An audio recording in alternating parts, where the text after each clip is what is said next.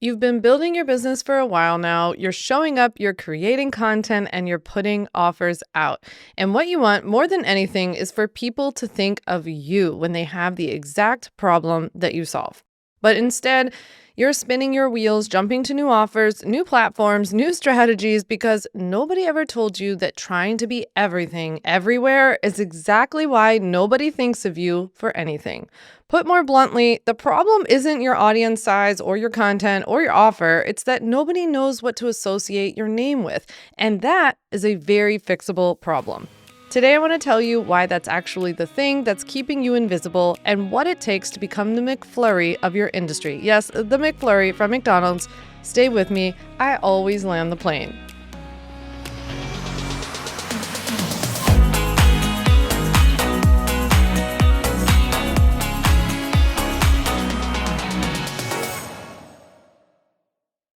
Before we get into today's episode, I just want to welcome you back to On Your Terms, or welcome if you're new here. On Your Terms is a podcast for online business owners who want to be as present in their lives, as profitable in their businesses. One of the ways that you can be really profitable in your business is if you become really known for something. Like if your name is synonymous with whatever it is that you do or what you sell. And at the same time, that's also a really good way to be more present in your life and be able to be offline, spend more time with your kids, doing hobbies that you love, like whatever it is that you want to do other than work, I hope. Because when you're so well known for what you do, a lot of the selling sort of does it for itself. I also want to remind you really quickly before we get into the meat or the McFlurry of today's episode that I have started this new submission question feature where you can click a link down in the show notes and send me a video, a voice note, or even a text message and tell me something that you want me to talk about here on Your Terms. If you have a question, if it's just something you want me to dive deeper into, something you've always wondered and want me to talk more about, go ahead and click that link in the show notes and let me know, and hopefully you'll be featured on a future episode. All right, so let's hop in. Everything we're talking about today started the summer after my dad died. So this was summer of 2022. My dad passed away in the beginning of May of 2022.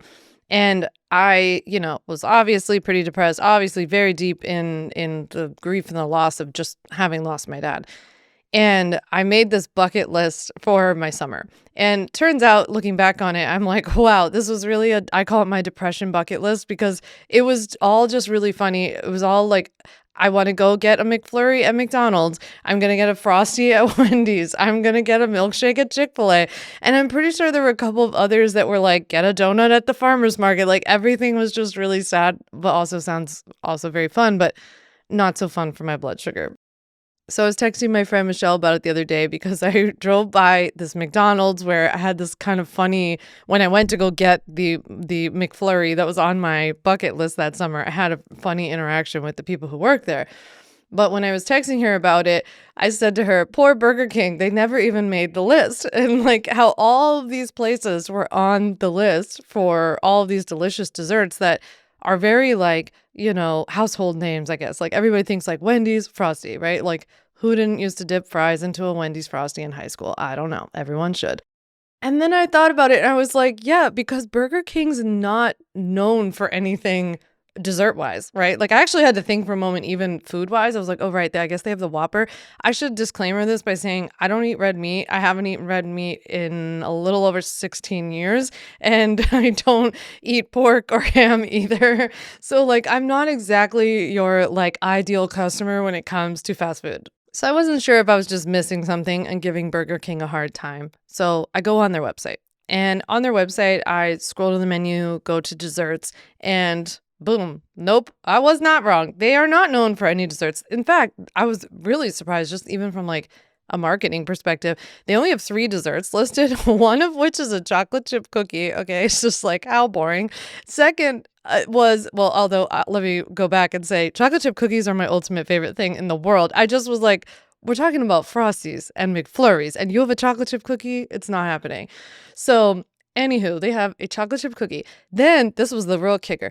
They have an apple pie, right? Like one of those little like shaped of your hand apple pie. And I'm like, isn't that what McDonald's is known for? Like, do you guys remember you used to get those apple pies in the little boxes when you're little in McDonald's? or maybe in my Easy Bake Oven. I'm not sure. Maybe the McDonald's version of my Easy Bake Oven. And so they have that. That's the second one. And then the third one was a Hershey's chocolate pie. And I was like, wait, so they're actually promoting the trademark of another company. So I looked it up to confirm. Burger King and Hershey's are not owned by the same company. Hershey's is owned by Hershey's, like Milton Hershey Company, located in Hershey, Pennsylvania, outside of Philly. Woo woo. And it has nothing to do with Burger King. So I was like, okay, they literally have these three banal desserts, and one of them is actually a trademark for somebody else, right? But then you go to McDonald's website. Well, McDonald's has the McFlurry. They're very famous for the McFlurry. And now they have like a million different varieties of the McFlurry, and they're all trademarked. I mean, the word McFlurry itself is trademarked, but then all the variations of it are too, including also the apple pie thing. And then who also can forget the Shamrock Shake, right? Every March, they come out with the fluorescent colored Shamrock Shake, right? And that's become a thing too. So they have not one, but they have multiple desserts that they're known for, right? Obviously, Wendy's has a Frosty. I went on, confirmed. Yes, that's a trademark too. I think when we were younger, there was always just like vanilla and chocolate, and I kind of liked it that way. But now they have really expanded. I believe they even currently have a Girl Scout cookie Frosty, which did seem like something worth venturing into. But anyway, I digress. I hope you're not hungry listening to this episode, or I hope you go and stop at one of these and get something. It sounds really fun. Point being, and I told you I'm going to land this plane, but the point being, you have to be known for something to be thought of come purchase time, right? If you have a hankering for a sweet treat, or it's a really hot day and you're out driving around and you're like, I want to stop and get something sweet, something cold, whatever, you're not like, yeah, what does Burger King sell? I don't even know what they sell. And then you pull up and you see a chocolate chip cookie, an apple pie, and a Hershey's thing. No, you're going to pull right out of there and you're going to go over and get a McFlurry, right? So you have to be known for something in order to be thought of when it comes time for people to buy. Otherwise, when someone goes to make their Depression era bucket list, you're not even going to be on it, which is exactly what happened with Burger King. Now, the point is, none of us, I don't think anyone listening here owns a fast food joint or even wants to. And most of us, ironically, would probably never step foot in one, me included. But anyway, outside of my Depression era bucket list. But the point is that like it's really interesting when you have an online business and we have this conversation, it's all of a sudden like, well, how do I though get thought of when someone's thinking about purchasing health coaching services or money coaching services or looking for a dietitian, or they want to buy an online course in, insert your niche here, right? It is a lot harder, right? We can, I think, all agree that we're talking about three of the most major global fast food brands here in the world, right? And they've dominated this market for a long time, and they have so much brand loyalty and trust and name recognition and all of these things, right? They've spent decades building this up, but they're not competing with hundreds of thousands, honestly, if not millions, maybe, that we are all quote unquote competing with, right? In the sense that we're trying to rise above the noise of all of these people online. It's a very difficult market that we're in. We're in a very unique position. So I want to talk first about why it's so hard for you to stand out, and maybe talk a little bit openly and honestly about some of the ways we're making this harder for ourselves, right? And like, this is not just an industry problem, but this is due to our own behavior and our own participation in this industry's way of running that is making it really hard for people to find us. And so I'm hoping that by talking about those things, we can then shift into talking about, okay, then how do I stand out? How do I become known for the thing? How do I become known for the McFlurry when somebody's out driving around looking for a sweet treat on a hot day, right? That's really what we're trying to figure out here, Online Business Owner Edition. So the first reason I think that this is so hard for us online is thanks to our good old friend, shiny object syndrome, right? Sometimes people call this like shiny squirrel syndrome because it's just like you see something and you go run after it. I think that our industry itself is built on this like backbone of chasing after whatever's working right now. And there's a lot of hubbub around it. And then it's very, very easy for you, the person who's consuming this content, or is trusting someone. Maybe you're working with a business coach or just you're following somebody online who you love a lot.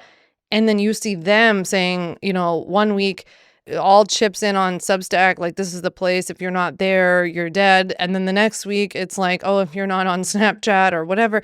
And it's just shifting. And it's really hard for you not to follow along with that in an industry that is sort of built on making people like just run around and chase after the next thing.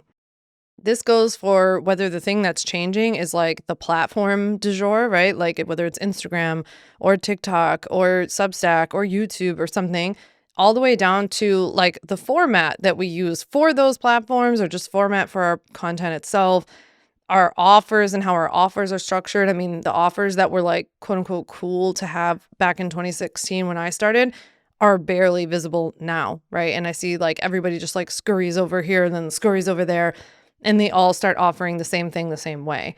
And then, of course, our style of content, right? Like you see it probably happen the fastest on social media platforms. You see one specific style of content working really well on a platform, and then it feels like everybody starts doing it that way. And it's like, I just like picture this little like scurry of penguins like over to one side. And it's like by the time the last penguin catches up, the original penguins are like off running to the left. And I just picture us all like, meow, meow, meow, like running from side to side. That's basically what it's like to be online, chronically online, right?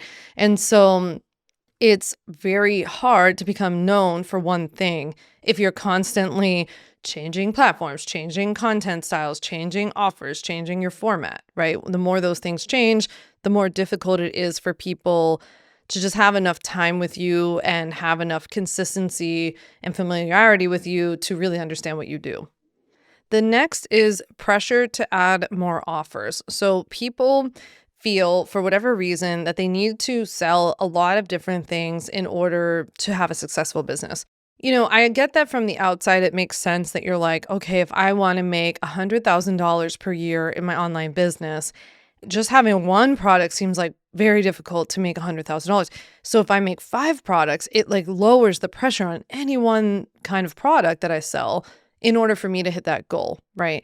Like Target, the reason that Target makes so much money is because they have so many things within the store, right? And they've kind of mastered the art of like going in for a blanket and leaving with $200 worth of stuff you didn't want or really need. But all that aside, it really, it makes sense to me that you would think like, okay, the more I sell, the more I will make, or the easier it will be to meet my revenue goals.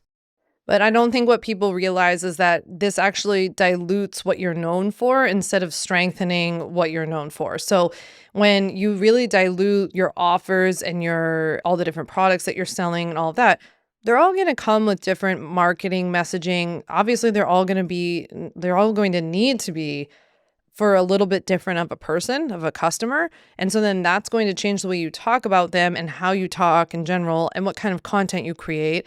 And then going back to the first thing we talk about, it's going to change maybe the platform you create content on. It's going to change the style of the content that you create for that platform because you're going to create different styles of content for different offers. And can you see how all of this just starts to like crack and fissure and spread you very, very thin and making it very difficult for you to be known for one thing? I'm going to talk about this one a lot more at the end when we talk about how to actually become known for your thing, how to become the McFlurry of your industry, because I feel like this point, probably more than any of the others, has been my secret sauce. And it's been probably also the most tempting to want to break over the years as things did start to develop or go better. And so I'll talk about that a little bit later in the episode. The third reason this is so hard to do online is that we have so much keeping up with the online Joneses, as I call it. So somebody in your space launches something new and suddenly now you're questioning your entire business model at 11 p.m. on a Tuesday, right? Like you thought everything was fine. You were happy with how things were going, but now you see what they're doing and you question whether everything you have is wrong. It's really easy in online business to drift away from your values and your desires because, for one, you're constantly being shown what everybody else's are, right? And there's a lot of manipulative marketing tactics that are going on that are pushing you to question whether what you really want is going to be successful or whether it's even what you really want or whatever for their own personal gain. It's really easy to drift to somebody else's path. I mean, in life in general, it's like I just think a real muscle that we all have to constantly strengthen and flex and like come back to. But it's very easy online to drift into doing what everybody else is doing, because I understand it hasn't been that long for me that like I can still remember and understand what it feels like when you're starting out and you so desperately like want this thing to be successful. You want to be making more money, you want to have freedom, maybe you want to leave your 9 to 5, but you need to hit like a certain level.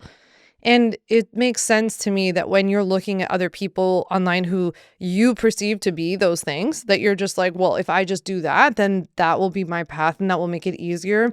So you might not necessarily follow what you're feeling called to follow because you just feel so, I don't mean desperate in a bad way, but like you're desperate to make it, right? And you want this thing to work so badly. I see this a lot with people who feel pressured to offer one-to-one coaching, for example, but don't want to. Like they feel like they have to start out that way. I was just in a meeting the other day where someone was talking about this, and she's not necessarily like into a one-to-one coaching, but she feels like she has to do it in order to create a business that actually sells a digital product. And my contribution to the conversation was just like, why can't we just sell the digital product? Like why do we have to do the coaching if that's not what you want to do, right? And like, where are these stories coming from? On the flip side, I also see this a lot with coaches that feel pressure to create a digital product or a course or a membership, something that's not a time for money trade business or product, because they feel so guilty and hear from everybody all the time about how coaching is so bad because it's time for money, but they love coaching. And I'm like, okay, then love coaching. And if you're really good at it and that's what you want to do, let's just sell that out and, charge a premium, be at the top of your space. And that's what you do. Maybe you make money elsewhere through like affiliate income or speaking gigs or paid trainings, right? There are other ways to make money. You don't have to create a digital product. You don't have to coach. You get to decide what you want to do. But I think thanks to this like keeping up with the online Joneses thing, we often end up trying to do what everybody else is doing, even if it doesn't fit with what we want. The fourth reason it's so hard to become known for something online is that there are so many gurus selling you the change that they need you to make in order to make money off of you. There is an entire industry built around convincing you that you need to pivot, that you need to rebrand, that you need to add an offer, change your niche, pick up a new platform, or go viral in some way thanks to some trend that they're telling you about. And listen to me, they profit from your instability. Let me tell you how this plays out for me. I will sometimes be on social media and then I'll see a video from somebody being like, let's just pretend like this video is like, everybody has to be on Pinterest. This is where all the hot stuff is happening. If you're not there, your whole business is going down. I mentally then start going down this rabbit hole of like, oh my God, do we need to be on Pinterest more? Should I start doing Pinterest stuff? I thought that was so 2011, but okay, I'll like start trying to do that. And then I pause. I step back for a moment. And I look at what this person is doing, right? I'll go maybe to their profile and it says that they sell a Pinterest course for $97, let's say, right? It doesn't mean that they're bad or that they're wrong or what they're doing is wrong or that their course sucks, right? Maybe their course is amazing. Maybe Pinterest is great. Maybe Pinterest would even help me, right? It's just stepping back to do some critical thinking for a moment and clocking that they have a vested interest in helping convince me that Pinterest is the solution to all of my problems, right? That is a classic marketing thing. That's what you do, right? It's like looking for people's problems, pitching your thing as the solution. And so I do think that this is where instead of like us getting mad about the industry, this is actually where I would advocate for a lot of self-responsibility, just to be like, okay, but yeah, you're a Pinterest person. So like, of course you're saying that. And that's okay. That doesn't mean you're wrong or that you're bad, but that's why you're saying it, right? You have a vested interest in getting me to do this thing and to buy your course because of it. And in those moments, it's truthfully about stepping back and realizing like, it's not Pinterest. Pinterest is not the answer to the problem. Just like insert whatever app du jour is of that moment, right? It's never the thing that's going to resolve it. You have to step back more globally and think of your marketing problem. It could be that you're not known for something, right? Like because when you're not known for something, it's because you're not being consistent enough. Your messaging isn't clear enough. You don't have tight enough messaging. You're not speaking to or like your customer. Those are some reasons why you wouldn't be standing out online, right? Going and running over to Pinterest wouldn't solve that for you. right? Because if you still don't know any of those things and you go over to Pinterest and you still act the way you're acting now on the other app, you're just carrying over the bad habits, right? It's sort of if you have like a really messy car and then you go to the dealership and you buy like a new car, but you just transfer all the mess from your one car to your other car. It's like now your new car is just going to be a mess. It's really the same logic here. And so that's why this is such a deeper issue. And that's the problem I have with the marketing messaging of like, oh, if you learn how to start a podcast, it'll solve all your, like, you'll have customers instantly, it'll solve all your problems. No, it won't, because if you don't know how to talk to your customers, if you don't know where to find them, you don't know what their problems are, and you haven't created the solution that they actually want, then your customers aren't coming, regardless of whether you're on YouTube, a podcast, Instagram, TikTok, Clubhouse, wherever we are, right? It doesn't matter. The industry itself is sort of propped up on like us all running around, kind of using that penguins analogy I used earlier. It is really like propped up on us all switching platforms, joining this new thing, feeling like a tool is the solution to all of our problems. I think we're seeing this a lot with AI right now, right? Where it's like so many people are like, oh, if I could just get AI to do all these things, then my business is going to be resolved. And I personally don't feel like AI is going to be able to resolve your marketing problems, right? If you're not able to tell it all the things that I'm saying that you need to know instinctually about all of your customers and your products, AI is not going to be able to do anything for you, right? If you are able to feed AI, your language learning model, like a really specific brief about who your customers are and what they need and all their language, then maybe we could work with AI to do that. But I wouldn't expect them to generate it out of thin air for you. Okay, last but not least, the reason that you might not be known for something online already and why this is so hard is that you're doubting yourself. Even when you're not selling something, the self-doubt starts to creep in. Like you're posting content and you're wondering, am I too boring? Is this too niche? Like, should I branch out? Should I start speaking to a wider audience? Am I too focused on what I like to do or what works for me? And more than anything, what I see happen is that people just get tired of repeating themselves. And if I could just like have one sentence in marketing about like what works and then peace out and leave you guys with that one sentence for the rest of my life, it would be about the value of repeating yourself. I know it's tiring. I know it's boring. I know you feel like everyone's heard it. They haven't. They have a lot of stuff going on. They're not listening to you. That's the truth of it, right? None of us are. And so they're not seeing the bulk of your content, I'm sure, right? Even if you have said it, they probably were watching with the sound off. They didn't hear it. And so it's just the truth of it. And I think that when people ask me about selling like so much of the ultimate bundle, for example, they're like, so I don't understand. You just like, that's it. That's what you sell. And it's like, yeah, I don't think people totally respect the grind of like how many times I've had to talk about this thing, how many days I've had where I didn't want to, and I was bored of it. And I thought, for God's sake, there can't be anybody left who doesn't understand what this thing is. And I'm like, no, every time I mention it, people are like, wait, what's this thing? I'll never forget, I was very humbled years ago. I sent out a survey. I mean, I'm humbled like all the time, but at this one particular instance, I sent out a survey to my email list about my podcast, On Your Terms, which you're listening to right now. And if you don't know the name, it's On Your Terms. And so I sent out a survey to my list and I think I was just like looking for some feedback about topics and like when do you want episodes to be posted, whatever. So I had this idea that it would be interesting to poll my email list, people who have at that time were hearing from me twice a week, every single week in their inbox. Do you know I have a podcast? And if so, what is the name? Right? So those were two of the questions on the survey. It was embarrassing / humbling to read these responses. So many people said, I didn't even know you had a podcast. And I wanted to scream. I wanted to scream into a gigantic megaphone that like went out to all online business. Like, are you kidding me? I have been emailing you about this every single week for the whatever, right? And then when it came to the question about asking them the name, okay, some people nailed the name. Other people pulled names out that I was like, what are you talking about? This is not the name. It's so funny. It was so funny, so humbling, right? I get emails from people every single day. I've sold over now $9 million worth of product for just the Ultimate Bundle alone. I get emails from people who are in it using the wrong name, right? Saying like, thank you so much for the Ultimate Legal Bundle, like all of this stuff. They've paid a lot of money to be in this thing and they don't know the name.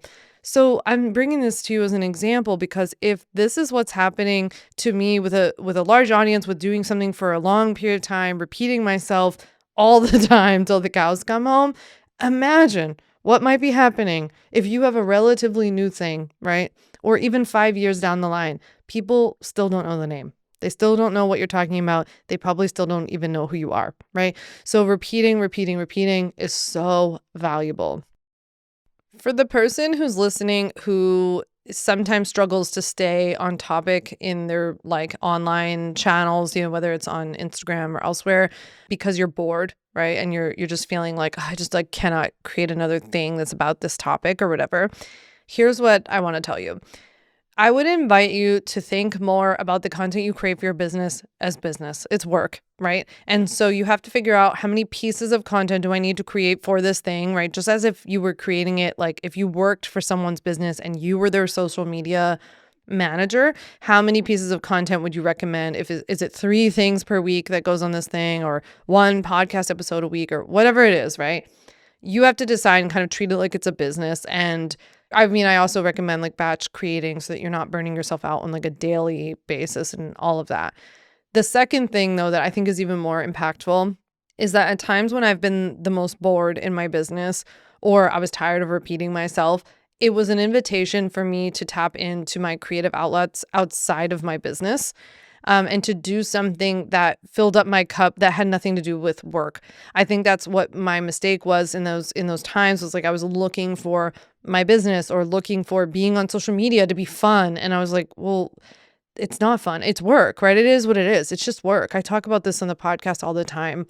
And I don't know why this is like seen as like a negative take in the online business industry. And like, I still love what I do, and I love especially like the parts that I get to do. Like I love like the podcast and writing and doing all these creative things. Like I love what I get to do.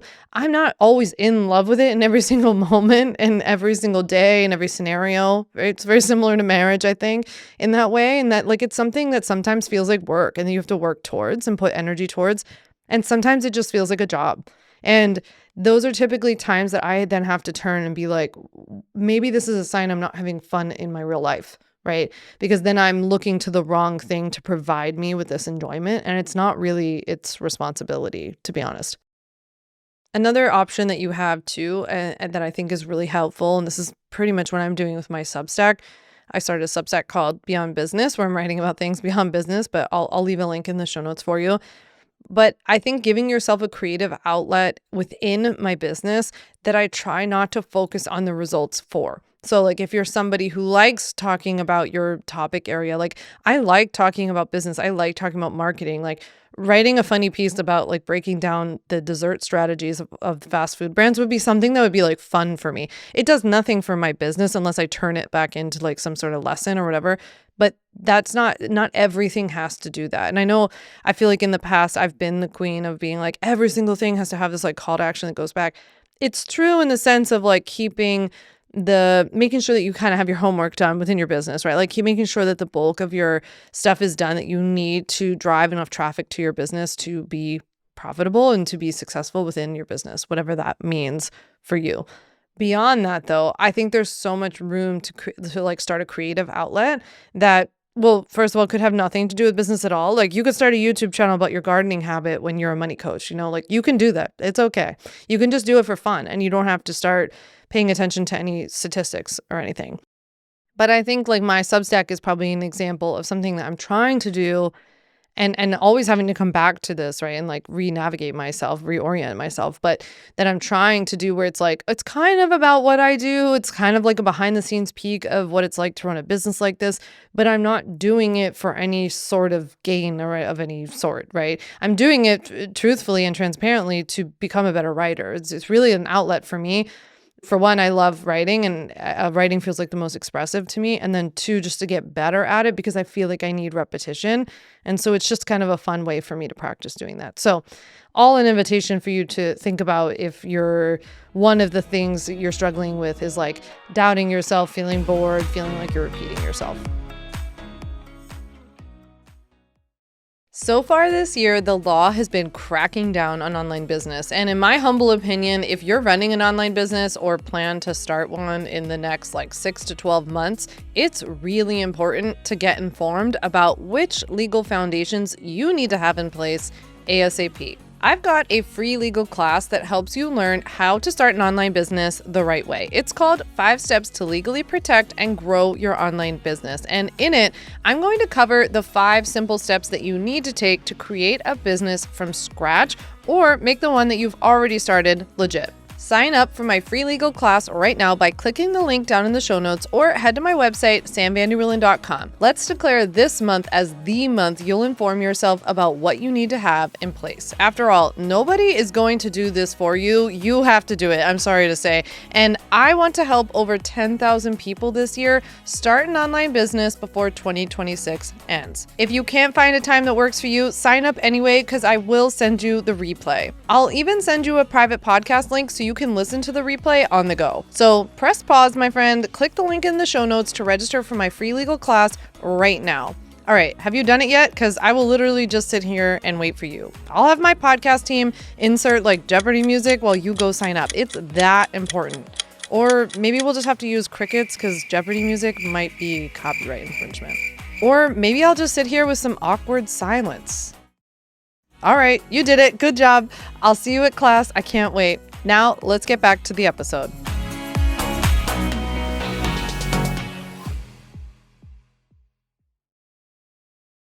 Okay, so let's talk about the 3 things that I think you need to do to become known for something. What being known for something actually requires. The first is to stay focused. Don't add on a lot of new offers or chase a lot of shiny things. So you have to build your offer intentionally and with the customer in mind first. And then you have to stick to that offer and actually keep selling it, especially if you've created something that people start to buy. That is a sign that people want it, they need it, this thing is working. And I often feel it's when people hit that moment, that's when they pull back and they stop and they divert to something new. When in reality, if they had just kept going, this would become their ultimate bundle. That's their version, right? But it's just too tempting to be oh, I'm going to go out and start this other thing. So now we know better. We're going to stay focused. We're not going to add on new offers or chase those shiny things. I can't tell you how many times I've said no to selling so many different things that I have been asked to sell and I just don't want to, including legal services, by the way. When I started my business and I only sold legal templates and the ultimate bundle, just like I do now, I wasn't making a lot of money, but so many people were asking me, could you just register a trademark for me? I'll pay you $2,500. And I was like, dang, that's good money. And that would be really easy for me to do. But it does require a lot of maintenance on the back end for a long period of time, but that's neither here nor there. But it's just it was so tempting. It's so tempting in particular when you're not where you want to be yet.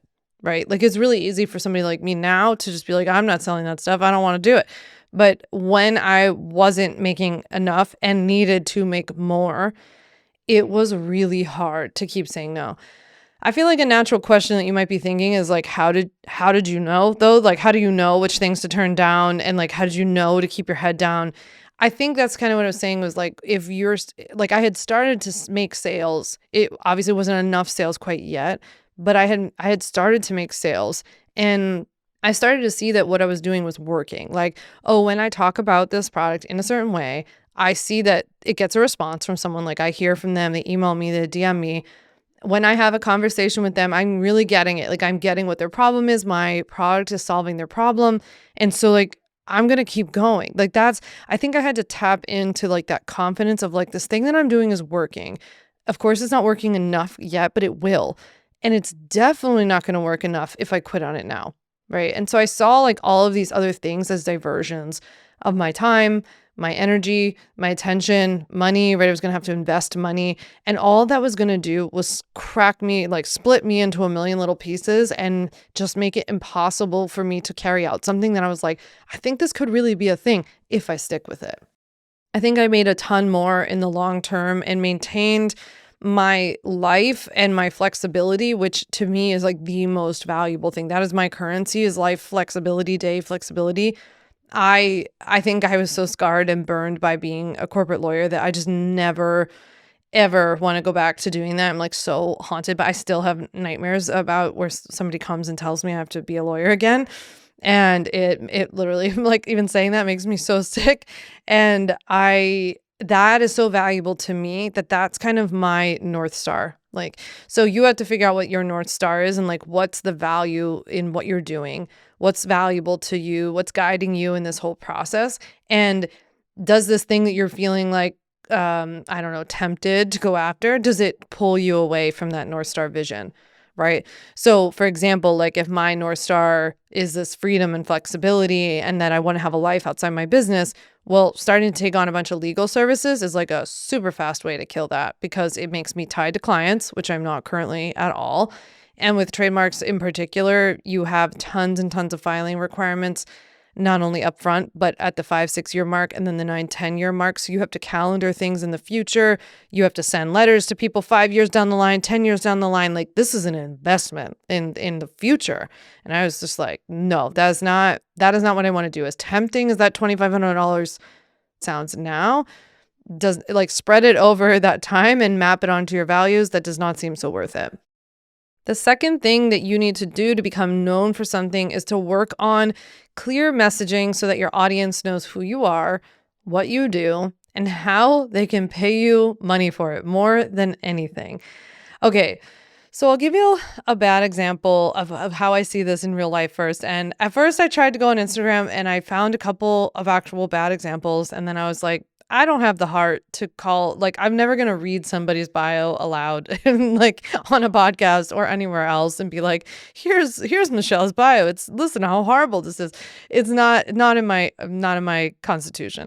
So instead, I thought what I would do is like break down what a bad general structure looks like or some of the most common mistakes that I see. So first of all, if I could, I would pay everybody a good chunk of change to put your first name in your profile. I cannot tell you how many times people send me a message on Instagram, and whenever people message me or leave a nice comment, I always go over to send them a message back and I look to their profile first to see what their name is, like if it's not obvious from their handle. I can't tell you how many times I go to that person's profile and there's no name. I understand the need and the want for privacy and like it, in this day and age, like I get it. But if you're trying to build an online business, you cannot do so without any sort of personality. So I need to know at least whatever first name you want me to call you. I need to know that. And then another common mistake I see is people credential stuffing their bios. So I saw this actually systematically in the ones that I would have used as a bad example for you to point out, that you would go on their profile and it would be like, I am ABCDEFG certified. And I'm like, what the heck is that? Who cares? Like, I don't know what that is. And like, if I'm your ideal customer, I don't know what your like ABCD certification is. Like, I don't, and then the people that have like 47 letters after their name showing how credentialed they are. It's like, I don't know what any of these things mean, and so it doesn't help me. That doesn't help me in the end, right? You will notice I do not have Esquire or JD or whatever else I have after. I have none of that on my profile, right? Because that doesn't mean anything to anybody else. It has nothing to do with, I get that you want to like, I don't know, like solidify yourself as being an expert. And I especially get it in this industry where there's so many people parading around, probably in your niche, who don't have anything close to what you have. And yet they're talking about the stuff that you talk about. And I know, trust me, I know how frustrating that is. However, we have to put our marketing hats back on. To your ideal client, they don't care. They don't know what ABCD certified is. They don't care. I also see people doing this a lot where they'll make some sort of cutesy statement in their bio, usually after the ABCD certified thing, or having a lot of letters after the name that says something like healing people's hormones to feel energized. And I'm like, what? First of all, know what the healing, because we can't say healing because that is a blatant scope of practice violation. So don't take that out. No healing. Second of all, who are you healing and for what and how? Like, what does energize mean? Like, I don't know. I just don't even know what that means. It's very broad, right? So when I go to your profile, I'm just like, you're healing hormones. So like, does that mean you're like healing somebody who has like a hormone problem or like a disease or like somebody who's had a hysterectomy? Like, I don't know. Like, what does that mean? Right. And so I probably wouldn't be looking for somebody who's like healing my hormones. Because first of all, from a marketing perspective, that also means that I have to be aware that my hormones are my problem. right? So I have no idea. When in fact, I'm probably just tired all the time. I'm bloated. I gained weight. I'm irritable. All of these things. That's how I feel. I'm not going around clocking like, oh, I got to heal my hormones, right? That's the expert's position on it. My friend Clay Hebert is like the expert on this, and I'm in a mastermind with him, and we'll drop a link to him down below. But he has this like statement, this I help statement that goes something like, I help verb the noun. So for me, he says, I keep creators out of jail. That's what he always says to me. And he also has this whole, you have to follow Clay, you have to like read his stuff. He's very, very good at this, but he talks a lot about how one of the things that we all like get wrong about this and why it's not so clear like who we are and what we do and who we help is we get so fussed on like packing that all into like this big fat statement that's like super specific. So like when he told me, by the way, that mine should be, I help keep creators out of jail, I was like, that's ridiculous because like creators don't go to jail for what I do. Like that's not what I do. And he's like, it's a great conversation starter. And it's a joke to just like open the door of like, I help legally protect them, right? Because like that sounds a little boring. But like when you say to somebody at a party, like I help keep creators out of jail, it's like, what does that mean? Like, tell me more about what you do. Well, actually people they have all these online businesses and they don't understand, what the rules are. So I help teach them what's legally okay and not okay online. Like, oh, okay. Like we can have more of a conversation about it back and forth. So it's really starting with that verb, which I understand that that's why this person was going with healing, but that's just a no word in our industry. But yeah, I think when you break it out that way, you can talk more about like how you actually help people and with what. I wanted to give a shout out to actually like a relatively new follower on Instagram who I saw her Instagram handle, like she came through as a follower and I saw the handle and wondered what she did and clicked over. And so she's at So Woolly on Instagram. And so I was like, oh, what does she do? And I clicked over and this is what her description is. It's so good. Knitting designer, blogger, and YouTuber, learn how to knit quickly, step by step, knitting patterns for beginners. And I was like, this is perfect. This is what I'm talking about, guys. So she's saying learn how to knit quickly, right? So there she verbed her noun. She's showing you right there, like you're going to learn how to knit and you're going to do it fast, right? So like that's perfect. She's literally just telling you what she does. And then when she says knitting patterns for beginners, it has a little arrow for call to action. That's telling me how to pay her. I wanted to kiss her through the screen because people make it so difficult to understand. Like, I don't get what you do. Like, what are you selling? What are you doing? Right? She sells me knitting patterns for beginners. If I knew anything about knitting, which I don't, but I wish I did, I would understand that that's something that you need in order to knit something. You need a pattern. And so there, boom, she's instantly the solution to my problem. Okay, the third way to become known for something online is that you have to create the product that your audience already wants but can't find. And you have to use their words to pull them in. This is the part that takes the most time and often the part that people just want to skip. They just want to skip to the selling part, to the marketing part, and frankly, just to the making money part. But what they don't realize is that all of this has to come first. I always recommend, and I talk about this ad nauseum in my book. If you haven't read my book, When I Start My Business, I'll Be Happy. This is a huge chunk. The beginning part of the book is talking about doing market research, talking to clients, learning how to do voice of customer research, a really painstakingly detailed process that I do every single quarter in my own business, right? Still to this day, for almost 10 years, I've done voice of customer research. Even if you don't have clients yet, you can still do voice of customer research. I teach you how in my book. Sometimes this can come after having worked with so many clients or after having been in your career, like your 9 to 5, right? So if you're listening and you're like, I haven't started my online business yet, or I'm new, but you have worked a job in this field, you might have an inkling as to what's missing already. So when I left the law and then I saw like the online business industry kind of sprouting up at that time or blooming at that time, I knew right away based on what I did for a living that I was like, oh, none of these people have legal protection and they don't really have options, because I know that if I were a new beginner online business owner, I wouldn't be able to afford the me of 1 year ago working at a fancy pants law firm, because the fancy pants law firm was charging so much for my time. And me sitting there in my little fancy pants law firm wouldn't have understood what you did. Right. And so I instantly saw the gap in the market. I saw what was missing because of my work experience. So it doesn't always have to be that you have to like start your online business and work with 1 million people in order to understand what product. I kind of saw my product right away from using my work experience. More than anything, I think that the most successful products come from a hole in the market, whether that means that the product doesn't exist at all and it's something that people are looking for, or there's a product or a series of products that are out there and available to people already, but it's not that great, right? There's some problem with it and everybody just talks about it all the time and complains about it all the time. This would be my dream, to create a printer that actually works and that people like and that people don't want to throw into the highway. And this is how I feel. It's like one of those things. It's just a huge hole in the market. Like if anybody out there listening is skilled in making, I don't know what skill you need to have to make a printer, but maybe you're an engineer or something. Like, for God's sake, make a printer that works, that people are happy with, that like prints more than 3 times before jamming. And like, you would be a kabillionaire, right? So that's the kind of thing I'm talking about. It's like you'll hear people talk like all the time about how, like, I don't know, this thing exists and we all just get complacent. And then somebody comes in and creates a new version of it that's not. Like Scrub Daddy, I think that's probably another good example. Where like, I mean, sponges had been around for how long? I don't know. Here comes Scrub Daddy talking about how it's, it's flexible. It can go in the dishwasher. It doesn't scratch. Like it doesn't get mold. There's all these reasons why it's so much better. And they just came in and filled a hole of a features hole, essentially, in a market that was already very well saturated.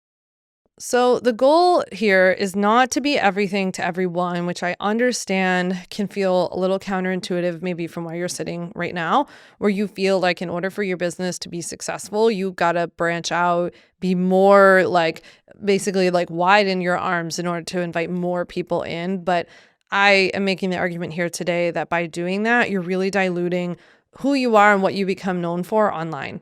The goal here is really to become the McFlurry of your industry, probably more in my preference, the Frosty of the industry, the person or the thing or the product that people think of automatically when they have that specific problem.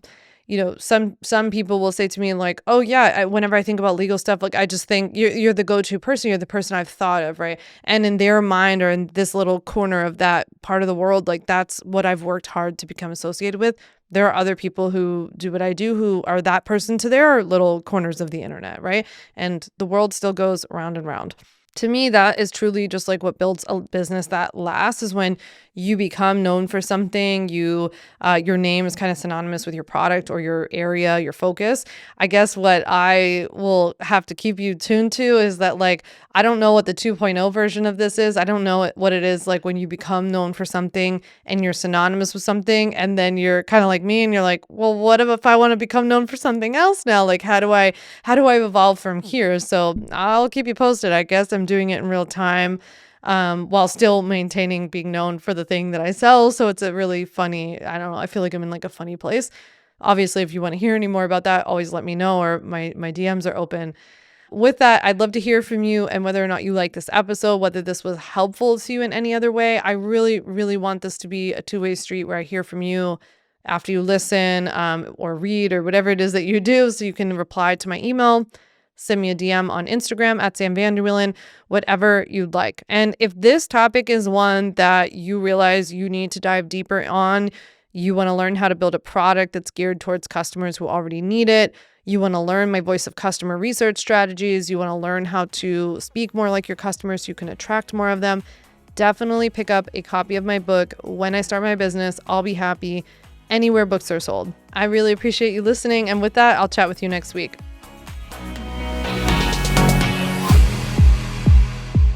Thanks so much for listening to the On Your Terms podcast. Make sure to follow on Apple Podcasts, Spotify, or wherever you like to listen to podcasts. You can also check out all of our podcast episodes, show notes, links, and more at samvanderwielen.com/podcast.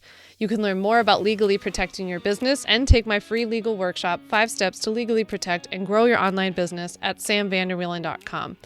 And to stay connected and follow along, follow me on Instagram at samvanderwielen and send me a DM to say hi.